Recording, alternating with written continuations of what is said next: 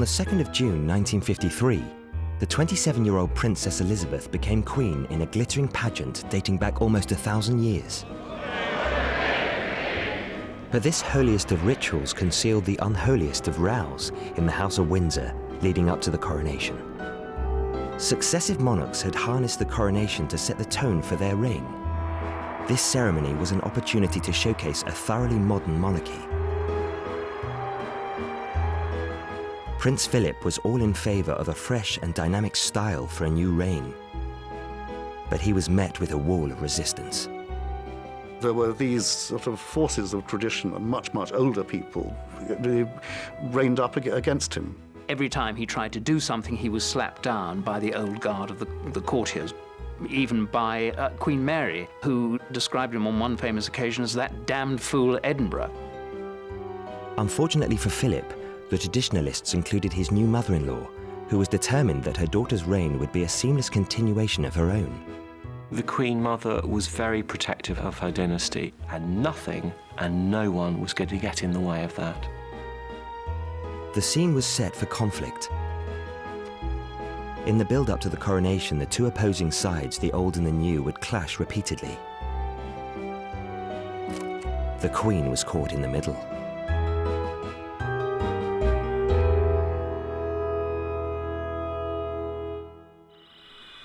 This is London.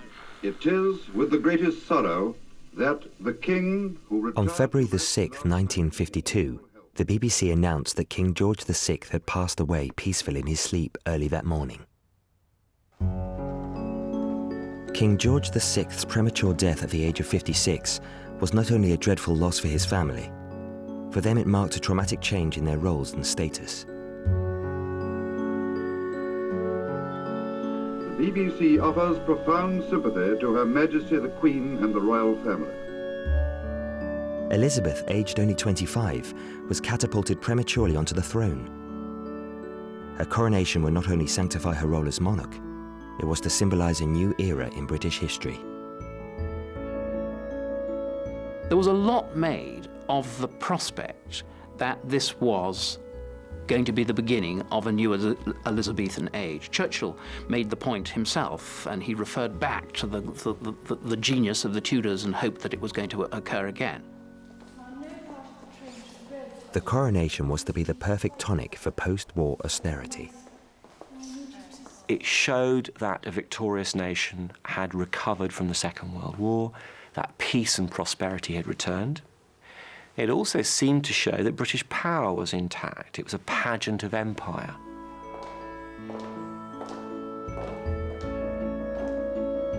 The stakes were high, and with so many expectations riding on the coronation, 16 months were given to plan and rehearse this event. But to choreograph the royal family's new roles would be an even more demanding task. And the Queen Mother and Prince Philip found they were moving to very different rhythms.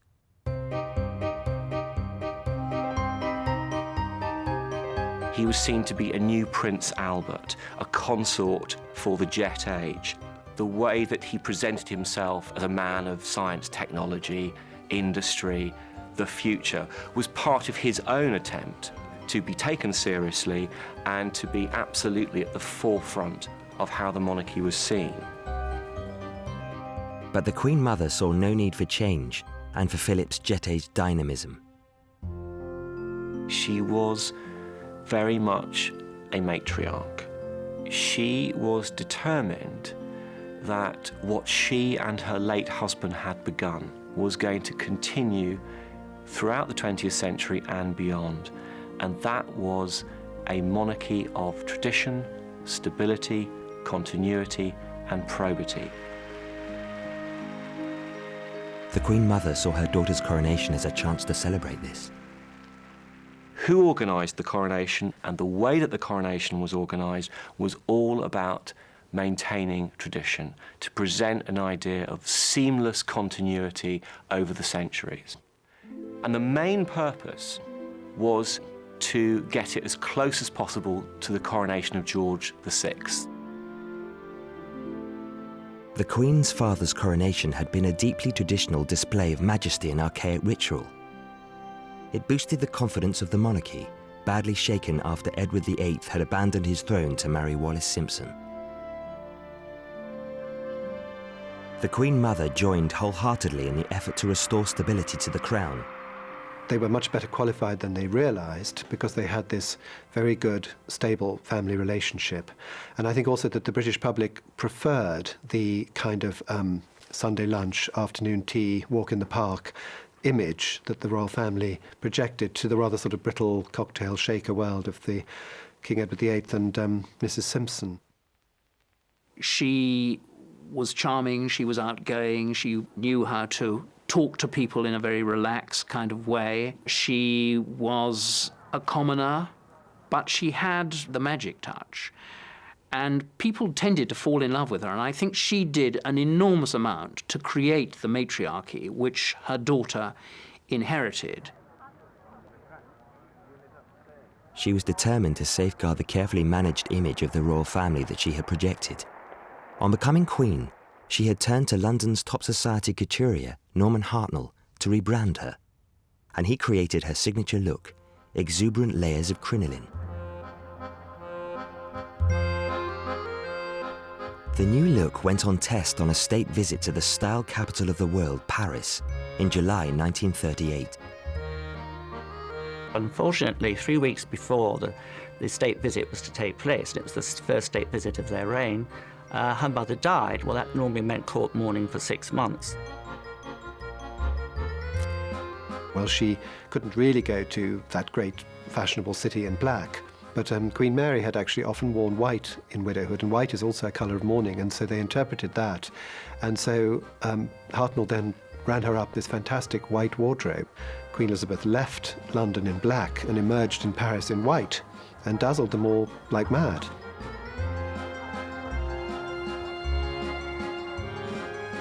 Hartnell's designs made the Queen Mother a fashion sensation, the Jackie Kennedy of her day. But the new royal chemistry really began to fizz when the Queen Mother met the infamously gay photographer, Cecil Beaton. Cecil Beaton was summoned to Buckingham Palace to photograph Queen Elizabeth, and out came more versions of this white wardrobe. And of course, between the two of them, they created, in a way, this new image. What better hands could she have fallen into than the hands of Norman Hartnell and Cecil Beaton, both of whom had an immense flair and style. Flanked by these camp generals, the Queen Mother had rebranded the royal image. They had captured that elusive thing, a fairy tale queen with a human face. Now she would call on them to spin their magic for her daughter's coronation, even as she herself, at the age of 51, was forced to stand aside. It must have been upsetting to see all that terrific deference, etc., all the power going to her daughter and herself elbowed into the shadows.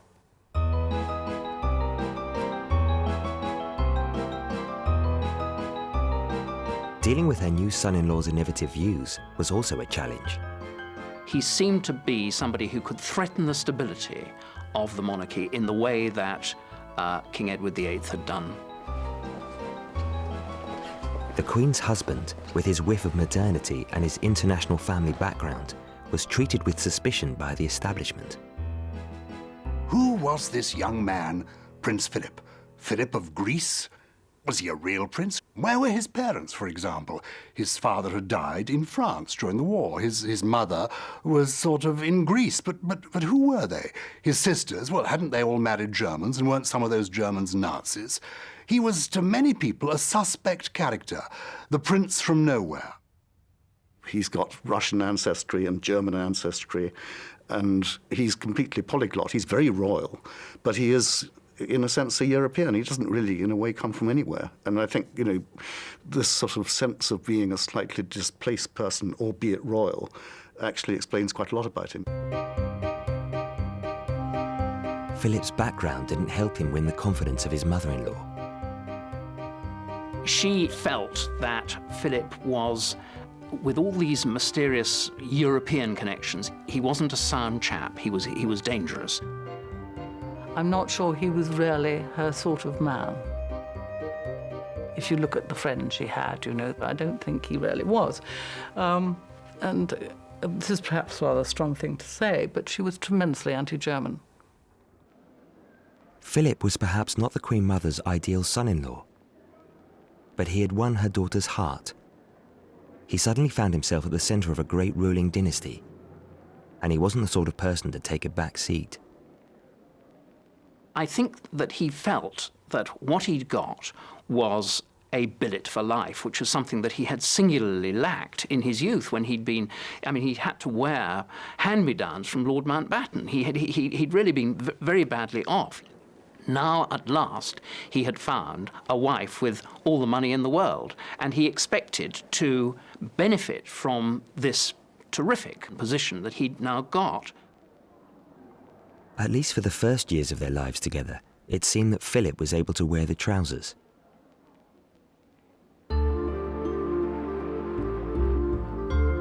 His career was taking off in the Navy, and in 1949 he was posted to Malta as First Lieutenant of the destroyer HMS Chequers. When Prince Philip and the Queen, of course she wasn't, she was Princess Elizabeth then, lived in Malta, the sort of ordinary service life of a naval couple, it was probably the happiest, most normal period of their life.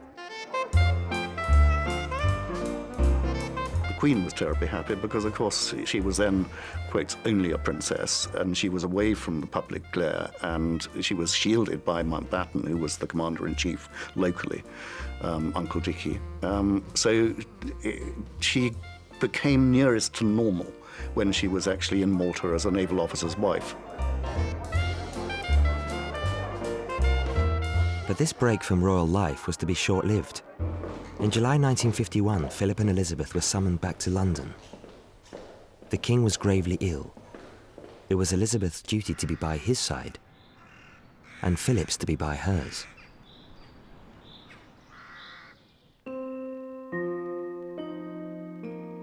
When 6 months later the king died, Philip's much-loved naval career was also dealt a deathly blow. He'd always led a very independent private life in the Navy. He'd been to school here. And I think that suddenly, from being sort of the Queen's husband and playing quite a big role like that, he suddenly realised, that there he was walking 2 steps behind her sort of thing, He said, when the late king died, everything changed. Within weeks, the dusty machinery of state creaked into action to plan the coronation. Reassuringly for the Queen Mother, it was headed by the Duke of Norfolk, the man who had organised her husband's coronation. He was a very conservative man. For him, the coronation was all about maintaining tradition and continuity. And that was how the Duke of Norfolk wanted to keep it. When Philip asked the Archbishop of Canterbury how some features relevant to the world today could be introduced into the ceremony, he was brushed off. And this tyranny of tradition extended beyond the coronation and into every area of royal life. Philip and Elizabeth were even forced into an unwelcome house swap. After George VI's death, it was inevitable that the new royal couple, Queen Elizabeth and Philip, would have to move into Buckingham Palace. This was something that Philip didn't want. He didn't want to leave Clarence House, which he'd spent a fortune on redecorating. It was all very nice and suited him. It was a small palace, but it was also like a large London home, and they enjoyed it there. They made a proper home of it. And when the Queen became Queen, Prince Philip's idea was that the family should continue at Clarence House. The official business could be done from Buckingham Palace, but their home would continue to be down the Mall at Clarence House. He produced a document setting out the reasons why this is the best way forward. His piece of paper was dismissed. The Queen was obviously influenced by Philip, but in the last resort, she had to do what her official advisors told her. And so, when Churchill said they must move into Buckingham Palace, she had to go along with this. Prince Philip's view counted for nothing. The Prime Minister's view went for everything. There was another problem. Buckingham Palace already had an occupant, the Queen Mother, and she was in no hurry to downshift to the mere 4-storey mansion, Clarence House. I know it sounds strange to say it. She thought it was too small. We would now think it was the perfect sized residence, but of course times have moved on. So Philip found himself reluctantly living with his mother-in-law, surrounded by her camp courtiers. I think it was difficult for Philip when they moved into Buckingham Palace because the Queen Mother was there, the Queen's sister was there, and he was surrounded by all these women, and he was a virile man's man of his own, and he found this rather, I think he found this rather tiresome. Even the Queen's formidable grandmother, Queen Mary, was still alive and living down the Mall at Marlborough House. If this was hard to live with, the leaden pace of life at Buckingham Palace, which had so suited the Queen Mother, was almost intolerable for Philip. When he got there, he found this fusty, old-fashioned setup, and he felt that what was necessary was to modernize the whole place. There were all sorts of people with vested interests in this, and people who had to light the candles, and people who had got to wear particular uniforms and appear at particular times. It was really rather absurd. So he was most impatient with this, and he was most impatient of all with Sir Alan Lascelles, the Queen's private secretary, who was the personification of old fashions. And he very much looked down his nose at this brash young naval officer who would come in and try to turn the whole system on its head.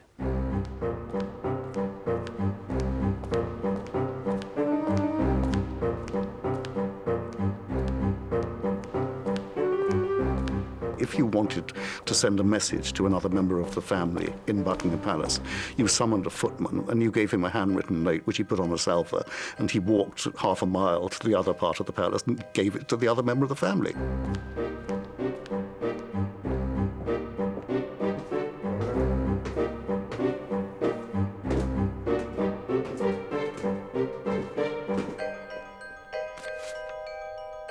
And Prince Philip said, this is ridiculous. You know, in the Navy, we have walkie-talkies.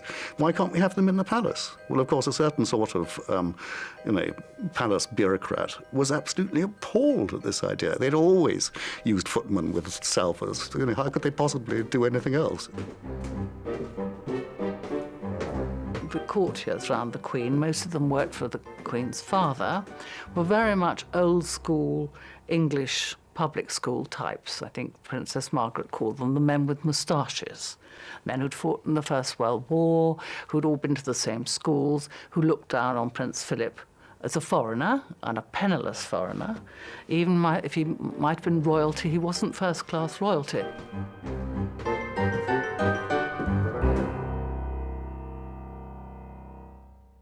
Philip escaped the palace walls through a social life mixing with his type of people. He had had quite a colourful life before he was married, and it didn't take him long to resume the rather rackety existence that he had adopted as a young, licentious naval officer after Elizabeth and he got married. And certainly when she was preoccupied with her royal duties, he tended to be off in rather, shall we say, unsuitable company. Amongst those deemed unsuitable was the society photographer Baron Naum. He had photographed the royal wedding and was to become a candidate to take the official coronation portraits. His rival would be the Queen Mother's favourite, Cecil Beaton. While Beaton was notoriously camp, Baron was an infamous philanderer. Well, it was quite often we'd have to go and wake Baron up. Several times I had to sort of go up and shout up the stairs, and he'd roll out of bed, and there's always some woman there. Prince Philip found him rather fun, amusing. Quite often we helped him with his parties. They were always quite fun sort of parties, and various interesting friends would be there, and pretty girls. And I think Prince Philip found him, in a way, a slight escape from the rigours of the palace. It was a testosterone-fueled social scene and was populated by bohemian types. Amongst the actors, newspaper editors, artists and authors were David Niven and Peter Ustinov, the spy Kim Philby, and the later infamous Stephen Ward. Baron even set up a regular gathering for Philip. They called themselves the Thursday Club. It was a luncheon club dedicated, I suppose, to the idea that weekends for lucky people started on Thursdays and you took Friday off from work, likewise Saturday and Sunday, and then you started again on Monday. It was full of faintly raffish, faintly louche people letting off steam, probably having slightly too much to drink, possibly telling slightly off-colour stories. And when he was with Baron at any of these parties, he would be very relaxed, and he'd enjoy company of, I don't know what happened afterwards, anything might have done. These Soho nights were just a short escape. At home, Philip's efforts at reform were being blocked, even by the one person he might have expected to be an ally. Some marriages work because the people are very similar, some work because the people are very different. The Queen and Prince Philip are very different people. She sided with the old guard. She is a traditionalist. She followed in the footsteps of her father. So there is a tension there. She was the personification herself of duty, of obedience. She knew that this was what she was having to sacrifice her own satisfactions to be what she was. And therefore, there was inevitably a good deal of friction with her husband. And his position wasn't made any easier by the presence in the palace of the formidable Queen Mother. One of the reasons Philip felt so frustrated by the court was that his mother-in-law was very much a power behind the throne, and she was no modernizer. The Queen Mother was still living in Buckingham Palace, although convention demanded she move out to make way for her daughter. When Cecil Beaton visited her, he wrote that he suspected the heating had been turned off to try and freeze her out. Some of the higher-up servants at the palace couldn't think why the Queen Mother stayed on here so long. When I passed by the Queen Mother's old rooms, I noticed that the walls were bare, the furniture had been taken away, and the rooms were below freezing. But it wasn't just her home she was hanging on to, and there to help was her ally, Winston Churchill. She was encouraged by Churchill to continue in public life, and actually she was quite pleased to do that. So she resumed the royal life, but had to play second fiddle, obviously, to her own daughter.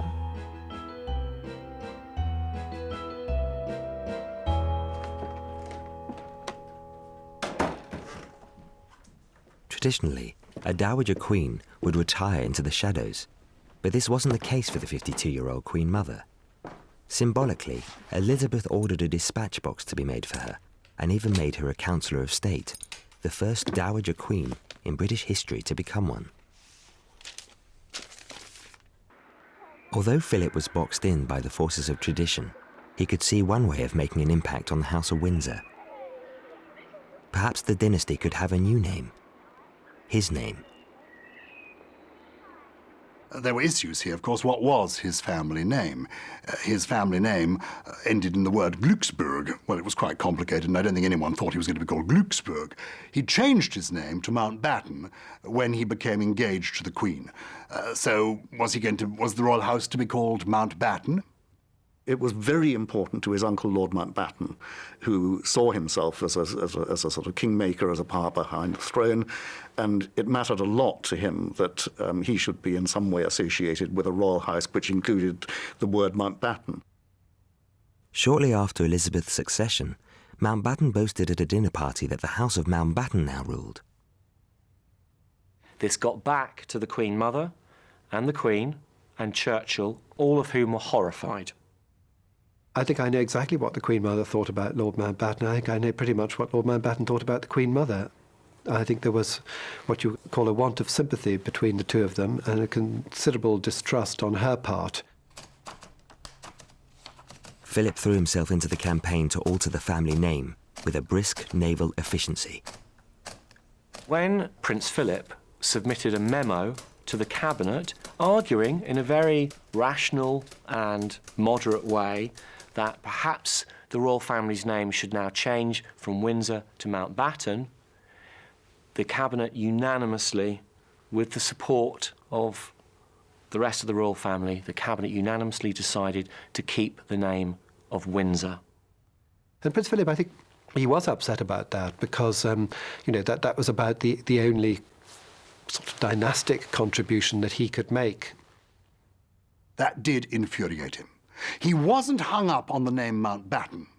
I think it annoys him when people think he was obsessed that the family should be called Mountbatten. It was the principle that he was not able to hand on to his children his family name. The stakes for Philip were high. A name change would have acknowledged his status.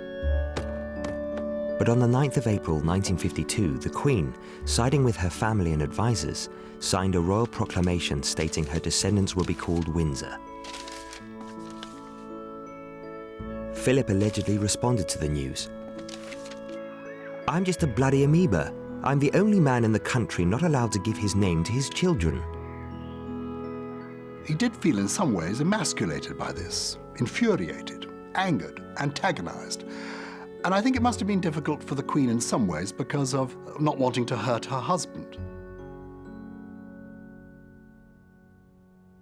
To an extent, he was pushed on to one side. So I think that from the point of view of actually maintaining good marital relations, it was quite important that Prince Philip should be seen to have a job.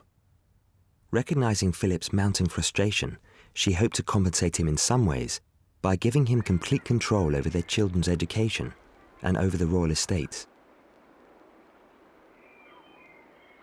But in a more public gesture, Elizabeth also made Philip head of the Coronation Committee.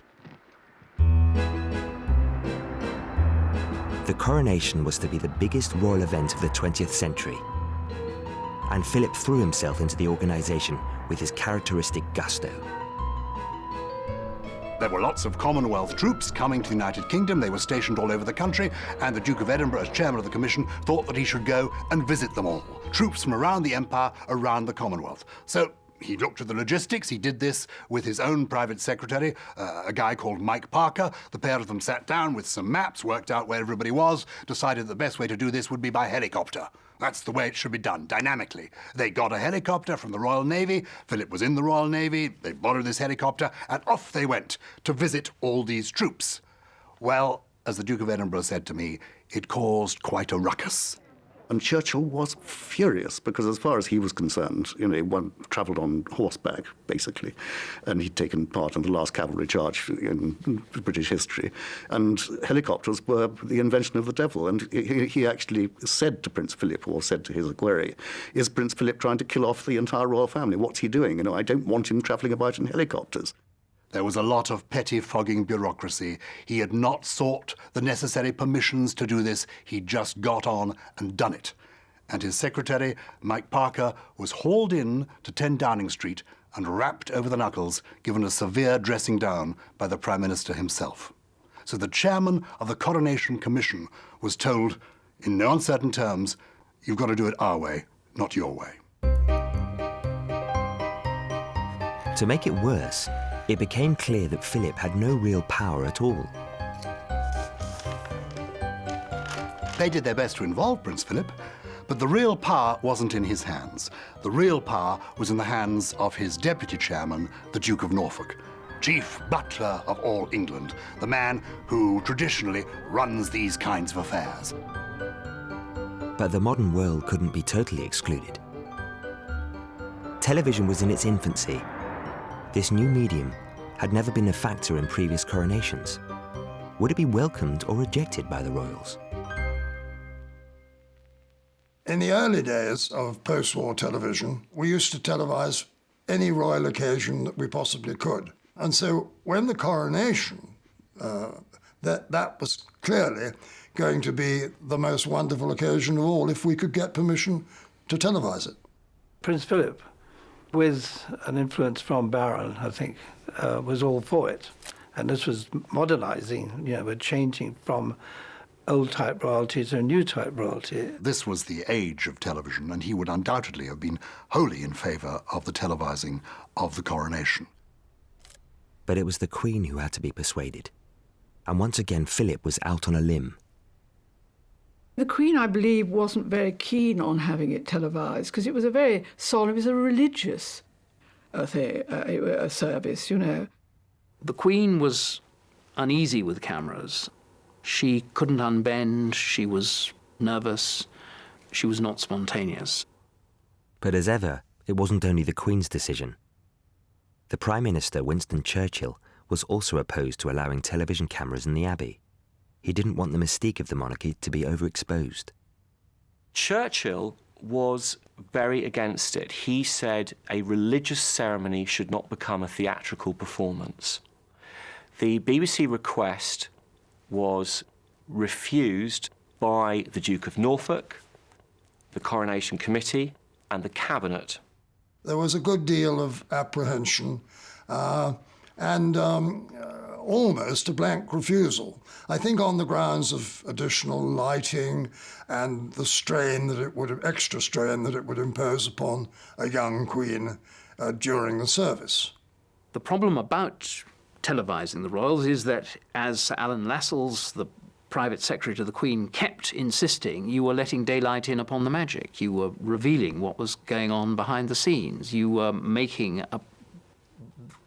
creating perhaps what came to be known as the royal soap opera. It just went on week after week. Every time they said no, we tried to find a reason why they should have said yes. For the forces of tradition, it wasn't just a case of who would watch the coronation, but what it would look like. The Queen Mother was making sure that it would reflect the look that she had created as Queen. Princess Elizabeth had already gone and had a wonderful wedding dress created for her by Hartnell in 1947. And so when it came to a grand gown, which was going to be embroidered again, the coronation dress was obviously going to be commissioned that Mr. Hartnell would receive. The Queen really is not that interested in clothes, not like her mother who loved clothes for clothes' sake. The Queen looks upon all her clothes as a sort of working wardrobe to carry out the duties for which she is the monarch. Elizabeth's disinterest in clothes gave the Queen Mother the opportunity to make her mark, as Hartnell soon discovered on a trip to Sandringham. To his surprise and rather shock, he got there and he found both the Queen Mother and Princess Margaret there, eagerly waiting to see what he was going to produce, which he found slightly unnerving. But they were very enthusiastic and obviously ordered their gowns from him too. Hartnell would not only be designing the coronation robe. For the first time, a coronation would have a coordinated look. And the Queen Mother would also make sure she influenced who would be wearing some of these beautiful clothes, including the Maids of Honour. My parents had known the Queen Mother. In fact, my father knew the Queen Mother when he was a young man and she was a young girl in Scotland. And so he'd known her for a very long time.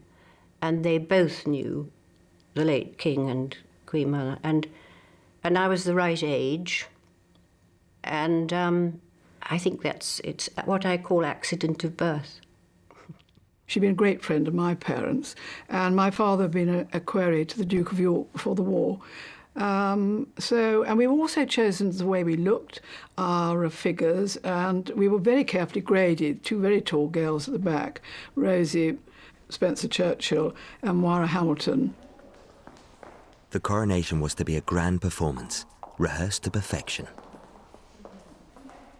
We were drilled by the Duke of Norfolk.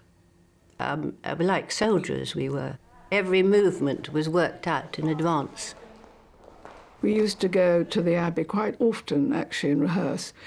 But we never rehearsed with the Queen, except at Buckingham Palace when she wore a sheet and we sort of wandered up and down behind her. As Coronation Day drew closer, the rehearsals became more urgent. The Queen Mother's camp was winning hands down. But there was increasing concern about how the event would be presented to the wider world. For Philip, this was an opportunity. The BBC was still fighting to get their cameras in. And who would immortalise the day in photographs? The Queen Mother's favourite, the queenly beaten?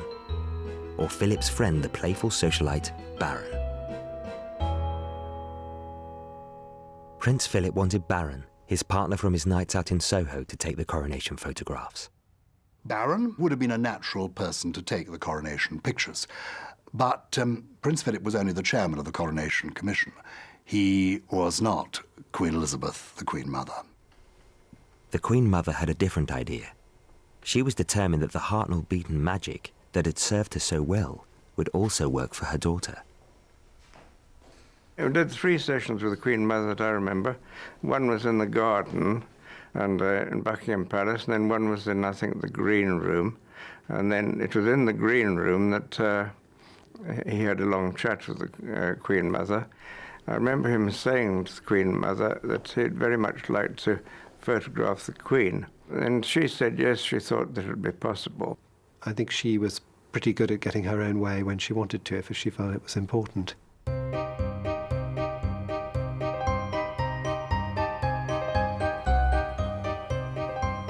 Beaton himself recalled his relief in his diary. Baron, a most unexpected friend of Prince Philip's, has been taking all the recent pictures. So the call saying the Queen wanted me to do her personal coronation pictures comes as an enormous relief. I also had a short opportunity to thank the Queen Mother for what I am sure must have been her help in bringing about this coup for me. She laughed knowingly, with one finger high in the air.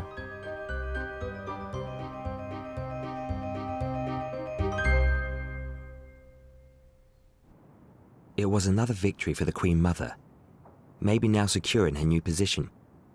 Just weeks before the coronation, she finally left Buckingham Palace for her newly decorated home at Clarence House.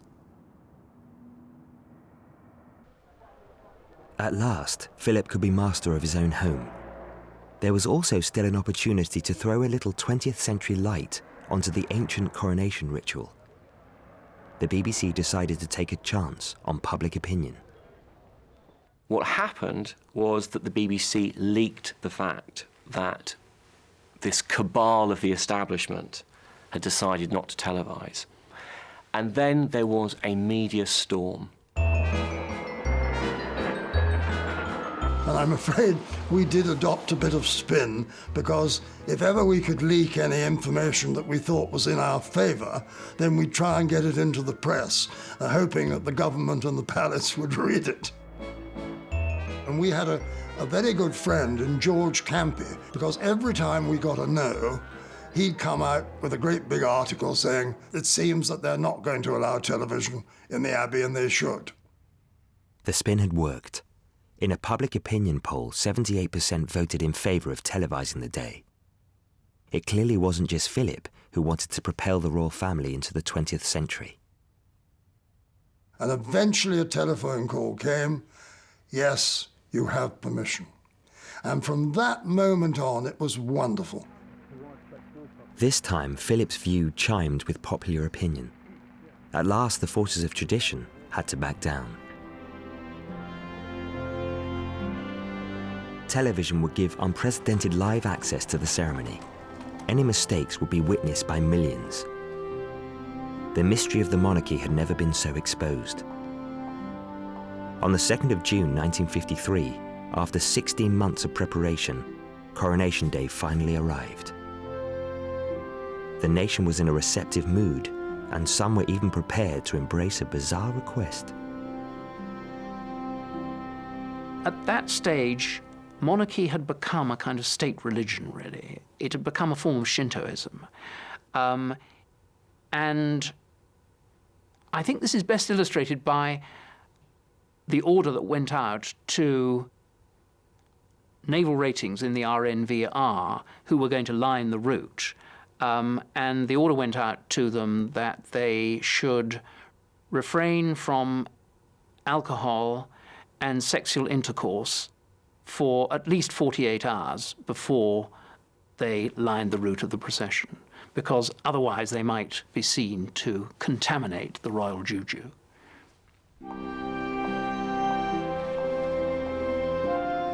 The lavish ceremony and the charisma of the beautiful young queen worked its magic. On the day, Elizabeth could put the wrangles of the last 16 months behind her. Finally, it was her moment. She was very cool, very calm, and she looked so young and so vulnerable, and it was a very solemn moment. And I could feel a lump coming in my throat at that time. I thought, goodness, what responsibility the rest of her life. Philip, Duke of Edinburgh on that day, was merely an attendant lord. He was the most significant attendant lord, but that's what he was. He did not take part in the coronation. The Queen arrived with him, but she processed alone. She was crowned alone. It was her day, her moment. The Queen Mother too was watching her daughter's flawless performance from a front row seat. I think the Queen Mother must have very mixed feelings, because she was very, very sad when the King died. I mean, you know, they had such a wonderful married life together. And on the other hand, I think she was enormously proud, obviously, of the Queen, who was magnificent and has been magnificent ever since.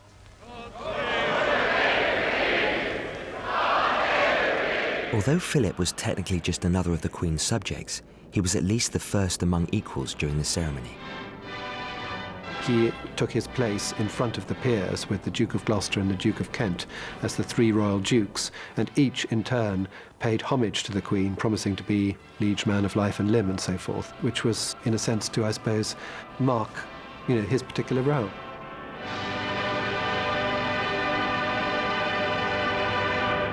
Millions of viewers were entranced by the spectacle, unaware that behind the scenes, some family tensions continued.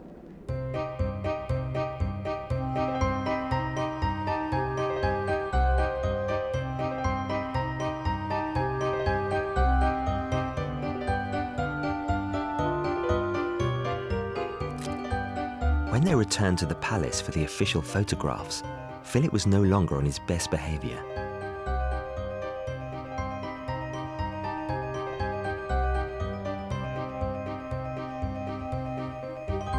He was a bit tetchy, but he wasn't rude or anything like that.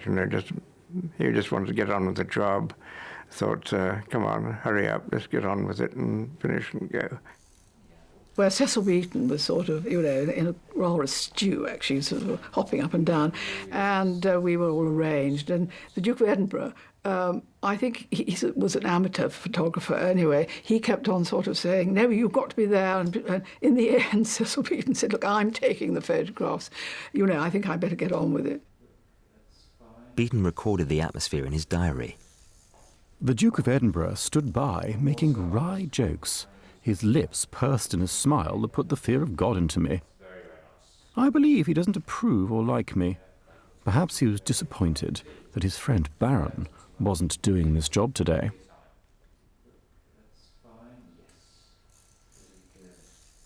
Overall, the coronation had been a stunning success for the traditionalists. The Society diarist Chips Channon wrote, "What a day for England and the traditional forces of the world. Shall we ever see the like again?"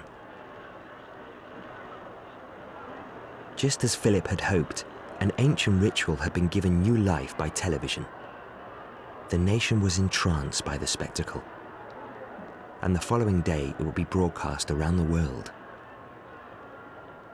Paradoxically, the people got a better view than the knobs did, because the ceremony was shown on television. It was a commercial that went on all day, which 27 million people saw, 10 million of them who had never seen television before in their lives.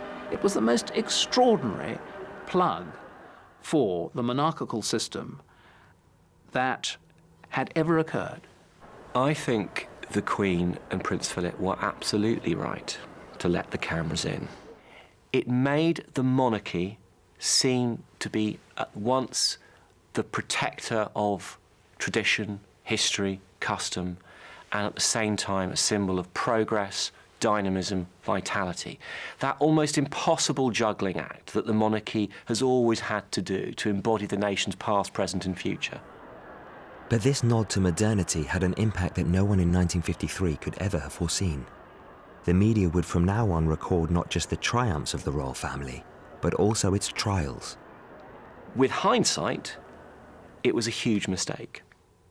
Because as Churchill predicted, once you let the mass media in to this very ancient and actually religious ceremony, you're never going to get rid of the mass media.